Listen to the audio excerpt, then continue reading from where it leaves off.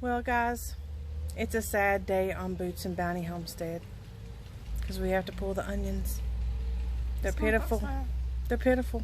Pitiful looking. They got to come up.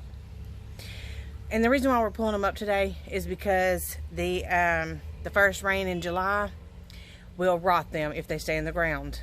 After it starts raining and getting so hot, they'll turn to mush and they'll rotten. We've got to get them out because they're too wet. The onions themselves are too wet, and so any more moisture in them is just going to make them worse. The only thing is I didn't plant them until the end of March, which they should go in the ground between October and at latest January.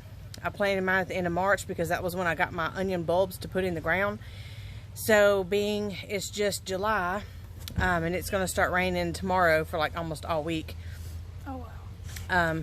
Then we've got to get them out of the ground, and they are not done growing yet because it's only been all of April, all of May, all of June. It's only been 3 months, and they need at least 120 days, if not more. You can put them in and overwinter them, and they do better.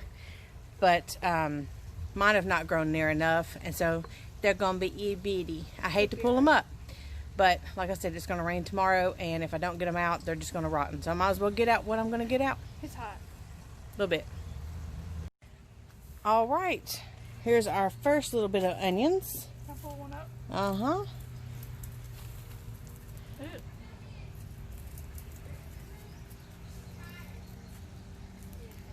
See, they're babies. They're babies. I'd rather have babies than none at all. That's true. Here.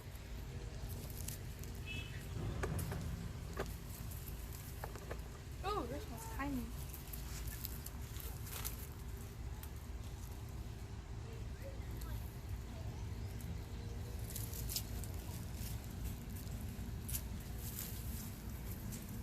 This one's even tinier. Should have started with these first. Just pull them all out. Ooh, I smell them. I don't smell nothing. I do. Ooh, I smell them. Ugh. Here. Take 'em. You got 18 more over there. Okay, let's go.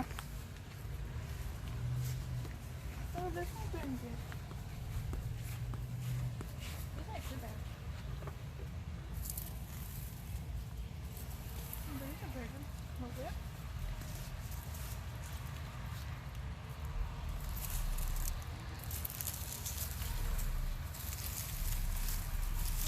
And these were grown in a barn clean out that the owner used sand in his barn. So this is mostly sand and horse manure.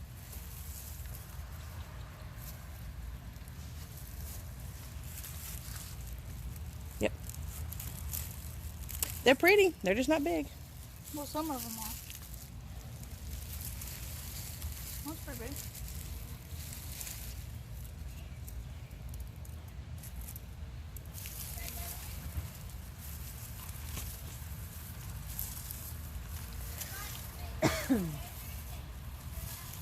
Pretty stout.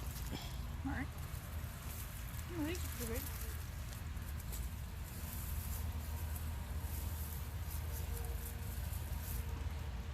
Little. Look at it. Mm-hmm. That was the size of the bulb I planted. That's sad. So there's our humongous onion harvest. So here's our harvest all laid out on the table. These will have to cure just like garlic.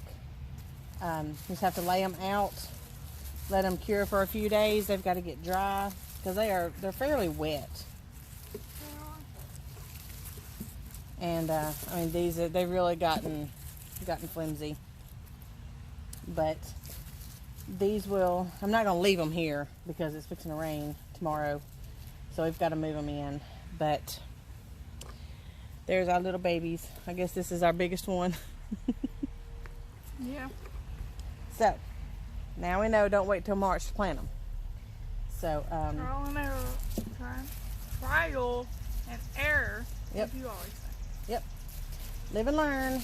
If you don't make mistakes, you won't learn unless you're just a know-it-all, and that's not even nice. No, it's not. So, okay. So we're gonna let these cure for a few days, and then I'm just gonna cut the tops off and let them. I'm not gonna cut them down here. I'm gonna cut it like up here, and because if you leave too much on them, the stem will rot. Oh, we're gonna But do mixed onions. we're gonna do what? Mixed onions. That's two, Mama. Like for real, that's two. Look at that. That's two. Don't peel them off now. There's two in there. Anyway. And I'm gonna research to see if I can just let these cure and then replant. Ooh, fuzzy. There we go. If I can just replant some of the smaller bulbs like these, because this is actually the same size of the bulb as I bought to grow these onions. But like I said, I didn't do it until the end of March. March 30th is when I planted them. Not near enough time.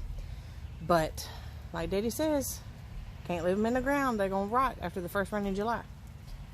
So we're gonna get these cured, and then we'll just cut the tops off like I said, and we'll just store them in the kitchen where it's cool and dry, or with the garlic. You can hang these up. You can try to braid these and hang them up, but I'm not going to worry about that since I have so few of them. I was hoping they were going to get bigger, but since they didn't, and if we got so few of them, I'm just going to put them in my hanging colander in my kitchen. That way they stay dry and easy accessible. So, well, thanks for joining us today. Hope you enjoyed it. Hope you learned a couple things. Hope you know that I can't grow onions very fast. They have to have have their full growing amount. Plant them on Halloween, Mama. Plant them on Halloween. Well, Halloween is our I think our first frost date for the fall season. Okay, plant them. So, wait a minute. Okay. You do plant them around that time, because, or you go ahead and you can plant them now if you want, and they'll overwinter, and you won't get your onions until next year. They're kind of like garlic. But you'll plant it around October, November, December, January. No later than January, though, or they won't get big enough soon enough. They got to have at least a 6-month growing season around here because of the... Are you crying? Sure. All these onions making you cry?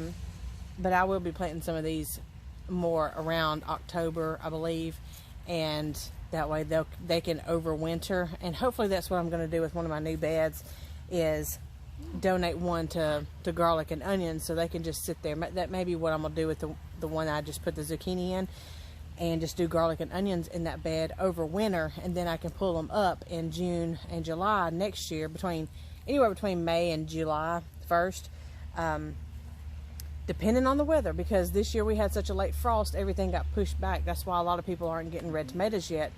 The last frost date, it come like May 12th, I think, and our last frost date in 7B in our area is around the middle of April. So it actually, our growing season was pushed behind about a month because the cold spurt come in. So that's why people, being the 4th of July, don't even have red tomatoes yet. Anywho, you almost have one. I have 4 that's fixing to turn red in about the next few days. You have one that's almost red. Yep, I do. And you'll see that in the garden tour. If you haven't looked at that yet, I should have that up by now by the time you're seeing this. But anyways, we're going to let these cure, and then we're going to store them, and I hope you enjoyed it and learned a couple of things, or maybe one thing or two things. If so, I've done my job. Hey, and by the way, that blackberry cobbler was amazing. See, go check out Casey's 1-cup cobbler video, and you need to make it. It's good. Yeah. What fruit did y'all use? We didn't make it. Oh, you made it, the one here? Yeah. Yeah, okay. She had the one that we made the video with. I had some for lunch. It was really good. But yeah, go check that out so y'all can make the cobbler. Okay. All right. Well, all right, we're getting off of here. God bless, and may God make your garden as bountiful as He has ours. We love you guys. Bye-bye.